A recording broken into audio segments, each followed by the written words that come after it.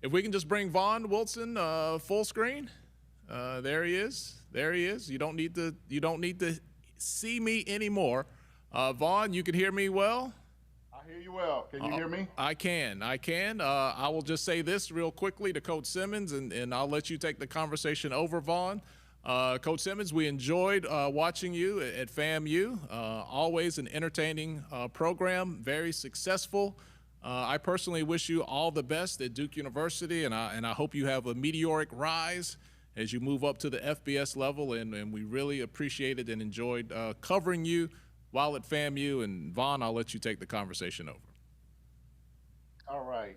We are here, obviously, in Tallahassee, Florida, with the man of the hour, head coach Willie Simmons. I still call him head coach. He's still going to be head coach, Willie Simmons. Um, Coach, quite an exciting few days. I know your phone has not stopped ringing. Um, just talk about, just let's start at the beginning. When you came into FAMU, you had a goal of restoring that program back to its greatness, and you seem to have done that. Well, yeah, when we took the job in 2018, again, huge shout out to Dr. John Easton, the athletic director at the time, Dr. Robinson, for giving me the opportunity to come to FAMU as a head coach. And, I grew up here, everyone knows that, and just remember seeing the program be vibrant and win championships, compete at the highest level. And we had a goal to bring that back. And so, throughout these years, really worked extremely hard to make that happen. And, we've had some extreme highs, a few lows, and kind of been right there on the cusp for really 4 years. And we're finally able to put it all together this year to bring the first SWAC and HBCU National Championship from the Celebration Bowl here. So just, overwhelmed with gratitude for my time here. I can't say enough about the people.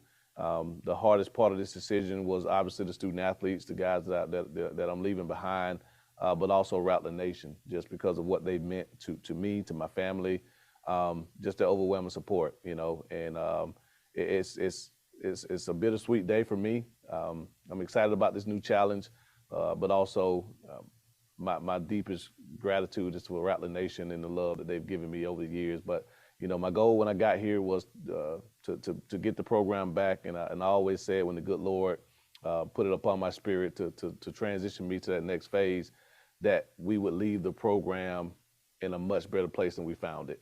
And I think everyone to a man can agree that we've done that. And I'm really excited about the new direction the football program is headed in.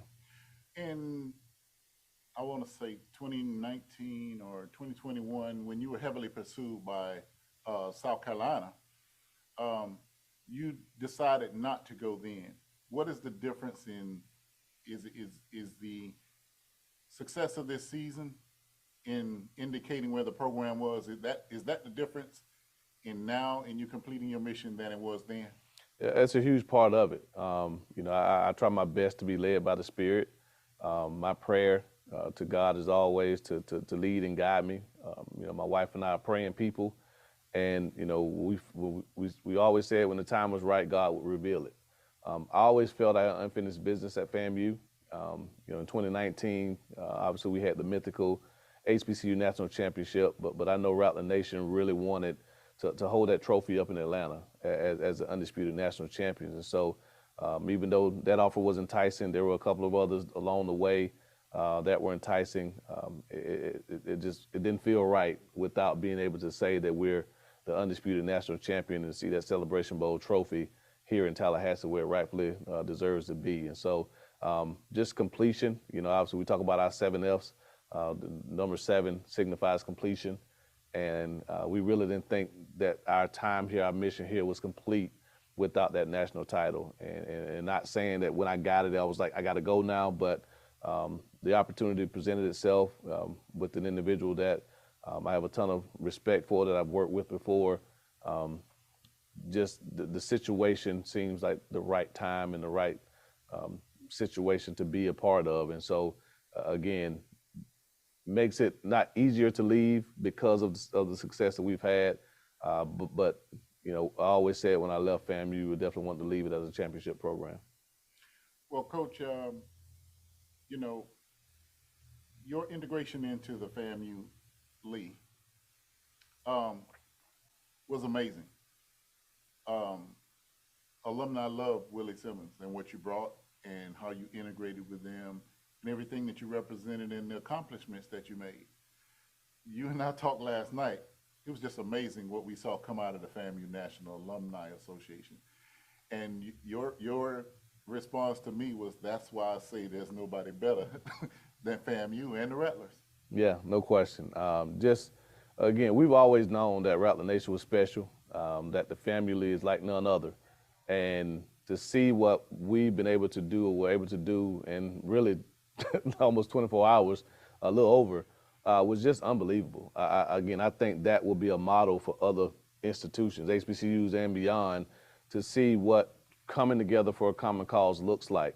And I really just commend and share my gratitude to Rattler Nation, to the National Alumni Association, to the FAMU, the Rattler Boosters, to the 220 Quarterback Club, the Rattler F Club, the FAMU Foundation. I mean, everyone coming together for one common goal, and that's to show how much this football program means. I would love to say it's to show how much Willie Simmons means, but it's never been about me. And I think that's one thing that I really want everyone to understand, that the success of this program has never been about Willie Simmons. It's been about us as a collective family doing it together. These young men, these coaches, this support staff, the athletic administration, the university administration, our fan base, our alum, everybody building this program together, because it's taken that to get us to this point. I had a very important role in that, but I didn't have the only role in that. And there are a lot of people that are returning that have a pivotal part in the success of FAMU football. And so, I know it's a bittersweet day. It's a bittersweet day for me and my family. I think I've cried about 4 times in my life, and 2 or 3 of them have been in the last couple of weeks, winning the national championship, and today, telling the team and telling other individuals, that my time here has come to an end. But I really want to impress upon everyone that the success of this program is about so much more than Willie Simmons being here. I think under my leadership, we've shown what we can be, but it's only because everyone came together. Rattler Nation embraced me, as a native son, and that same love and support will be needed for the next leader of this program. And I think that's so important for everyone to understand. So again, I understand that today is a very somber moment for me, for Rattler Nation. I love this place with all my heart. I will always be a Rattler. I don't care what anyone says. My wife, my family, we will always be Rattlers. But a new era has begun for FAMU football. And I truly believe the success of this program is going to stay where it is because of everyone else that's poured into this program, from our athletic administration, our university administration, and Rattler Nation. So again, continue to support, continue to get behind the next leader of this program, because with it, I have no doubt in my mind, we were listening in saying that the East is wide open. No, it's not. The East is not wide open. FAMU still has a strong hold on the SWAC East, on the SWAC, and on HBCU football, because only Willie Simmons is left. These players are still here. As of right now, the coaching staff is still here. And with that overwhelming support that Rattler Nation gives, I have no doubt in my mind that they will be right back in Atlanta next year holding that Celebration Bowl trophy up. Coach, in history, any person that's been a trailblazer has had a hard way to go. By leaving FCS as an HBCU coach and going to FBS, there's only a handful who've actually done that. And at your age, you're a relatively young man, there is a potential at some point, if you continue and escalate, to be the head coach at that level. Just like I said, being a trailblazer is never easy. But ultimately, most people who know you have seen you possibly take the mantle there. I'm obviously sure. Just like every player that comes on your team, that you bring on your team. If I think I remember Walter Highsmith saying, I can't repeat his words, but if you're behind, don't want to go pro, get out of my locker room. That's right.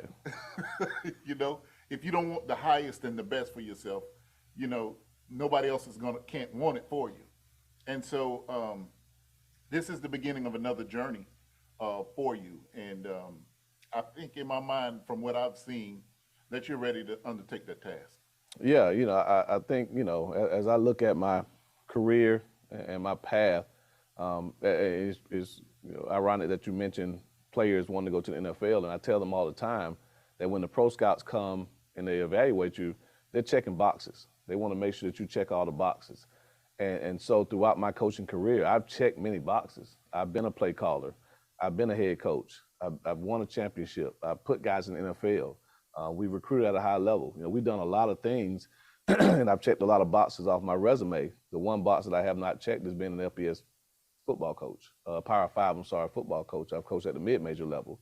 And so just looking at my career and looking at where I want to ultimately be in my career, to have the type of platform on the national stage, to lead young men, to have a voice that resonates throughout college football, not just the HBCU landscape, I think this was a pivotal step for me to take. And that's why we're taking it. It has nothing to do with FAMU. I love this place. It has nothing to do with leadership or lack of resources or any of those things or APR, the asinine people talking about APR scores, which are fine. It was made strictly for, me and my family to position ourselves to hopefully one day lead a Power 5 program, because it's been well chronicled that we don't get those opportunities very often.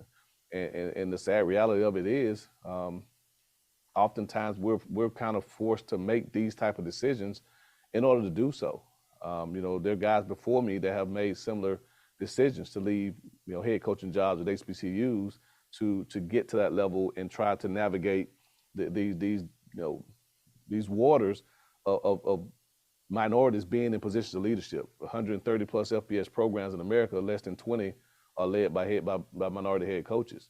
And it's been that way for over 20 plus years, and it has not changed. And so, it's been well chronicled, it's been well talked about, but we have to position ourselves to do those things. And, I would love to think that could happen at FAMU. But the reality of it is, it just hasn't. It hadn't happened for an HBCU coach, other than 3 times in the history of HBCU football. Willie Jeffers back in 1979, Jay Hobson in 2015, who doesn't look like you nor me, and Deion Sanders, who's all intents and purposes kind of a one-off. There's only one Deion Prime Sanders to make that jump. And so, not saying that it couldn't be done. I have full confidence in myself and my abilities, but again, everything in life's about decisions, the tough decisions that have to be made. And for me, I rolled the dice to make this move, and it's because of who it's with. I have the utmost respect for Manny Diaz and what he stands for, who he is as a man, as a person, as a coach. I've been around him. I've seen how he interacts with his players. I know what type of program he wants to run, and that's what's enticing to me, to learn from a guy like that and be in that type of environment at a school with a rigorous academic component to it, and just continue to elevate my career. And so all those things went into the deciding factor to make this move. Again, it wasn't an easy one. And again, it's been the hardest decision that I've ever had to make in my coaching career. But with much prayer, my wife and I, we felt that we, one, have done what we said we were going to do here at FAMU. And 2, the good Lord opened that door for us to allow us to walk through it. And we're going to walk through it boldly, and we're going to accept that new challenge. Again, we're never going to forget Rattler Nation. I told Selvin Cobb today, make sure you send me my booster membership so we can become, Rattler boosters. Told VPAD Sykes that, can't commit to being part of the Gaither Society next year at the highest level of giving, but definitely going to see how much we can do to become members and invest in the champions and all those things that we've done while we've been here to continue to support FAMU and FAMU athletics, because again, this place is home for me, has been for forever, and will continue to be. So again, I can't say how much I'm grateful and appreciative of Rattler Nation and what they meant to me and my family over these last 6 years. And they haven't seen the last of Willie Shotgun Simmons. And Coach, we're not going to keep Coach long. I promised I wouldn't keep him long. His phone has not stopped buzzing. I don't know if y'all hear that on the air, but I know there are more people that he needs to talk to. But we want to thank you on behalf of HBCU Gameday. You've never told us no. Win, lose, or draw, you've been accessible to us before and after games. And on behalf of our audience, we want to thank you for always being open to us and accessible to us, because, you know, we're about the love for HBCUs, and that is a big audience. And what you came in and showed during your time here is representative, very well representative of the best of the HBCU legacy. And so we want to let you know that, you know, we get harassed sometimes for following our coaches that leave HBCUs, but we are going to follow you. We'll be on your coattail there, seeing what you did and that sort of thing, checking in for you, because it does represent the HBCU legacy. Yeah, no, I appreciate it, and again, this institution has meant so much to me. HBCU Gameday, all the media outlets. I'm truly thankful for the coverage, you know, for the love. Again, I don't have this opportunity without the love that I get from the media. You know, you guys are a vital part of that. So, but last, I want to again congratulate Coach James Cozy on his appointment as the interim head coach at FAMU. He will do an amazing job. I have the utmost confidence in him as a leader. I know the players definitely believe in him and his ability to lead. I support VP AD Sykes 100% with her task of finding the next leader of FAMU football, and I'll be watching closely. And again, just I'm always, like I said, I'm always a rattler, and just thankful to everyone for the love, thankful for just, you know, everything that they've meant to me over these years. Okay, to whoever's in the personnel department at Duke Athletics, you already took Kyle Serba. Now you're taking Willie Simmons. Find another school. Find another league to deal with. Our HBCUs are done with you, Duke. No, we're happy to see you up at Duke, and I know Kyle is a great guy, and that you immediately have a friend there, you know, to go along with the people that you already know. But for HBCU Game Day, Happy New Year to you all. He is head coach Willie Simmons, now the running backs coach at Duke University, the reigning Celebration Bowl champion, and we're going to wish him well on his way. And we're going to throw it back to Tali and the crew in the studio. All right. Thank you, Vaughn Wilson, for that exclusive interview with the now former head coach at Florida A&M University, Willie Simmons. He is now a position coach. He'll be in charge of the running backs at Duke University. All right, folks, we bring it to you here at HBCU Game Day. We've always had a solid relationship, and kudos to Vaughn Wilson. Is not because of anything other than Vaughn Wilson being Mr. FAMU himself that we get this level of information and access a lot of times with things that are happening at Florida A&M University. So, look, the comments were on fire. People were, I mean, I couldn't even keep up with it, guys. But it really seemed to be a lot of support. People felt like there was a lot of class shown there, and I would have to agree. It's about as gracious of an exit as you can have. A lot of people aren't afforded those opportunities, especially when they are taking a new position. But there was love shown on both sides. I felt like it was a very class act by FAMU. I mean, if you go to their website right now, there's a big thank you graphic there with Coach Simmons, and he had nothing but positive words for the university. But if you listen to what he had to say, it was very clear. He has ambitions of being a head coach at the Power 5 level, and of course he does. He's a head football coach. He wants to coach, and he wants to coach at the highest level. So that's very easy to see. But he talked about how hard the path has been and continues to be for minorities. And you just don't see, with the exception, and he listed the 3 examples right there of people who have gone on from an HBCU to be a head coach at the Power 5 level. Like, they're just not passing those tickets out. So he made the decision for his career path, for his family, for his goals, to be a position coach at the Power 5 level, and he's going to work it from there. And he has the utmost belief in himself that one day he will be a head coach at the highest level of college football, which is the Power 5 level. And that has nothing to do with whether or not you love your HBC or you don't. I mean, the numbers, they just don't lie. When we talk about when we talk about the amount of money that is made, generated, TV ratings, revenue, budgets, I mean, we all know what the story is. That's why they are grouped. And it may not be long before there's even further division with all this talk of just creating a super conference of the top teams and then just let everybody else fit in wherever they fit in, you know, group of five, autonomy five, and all of that. So leaving the FCS level, going to the FBS level, that is Willie Simmons. You heard him exclusively. He was not a part of the FAMU press conference. That was strictly led by Tiffany Dawn Sykes. She spoke for about 5 minutes. So thank you again to Coach Simmons for joining us here at HBCU Game Day, and thank you to Vaughn Wilson for all of his hard work. So Vaughn is wrapping up and saying his goodbyes off camera there to Coach Simmons.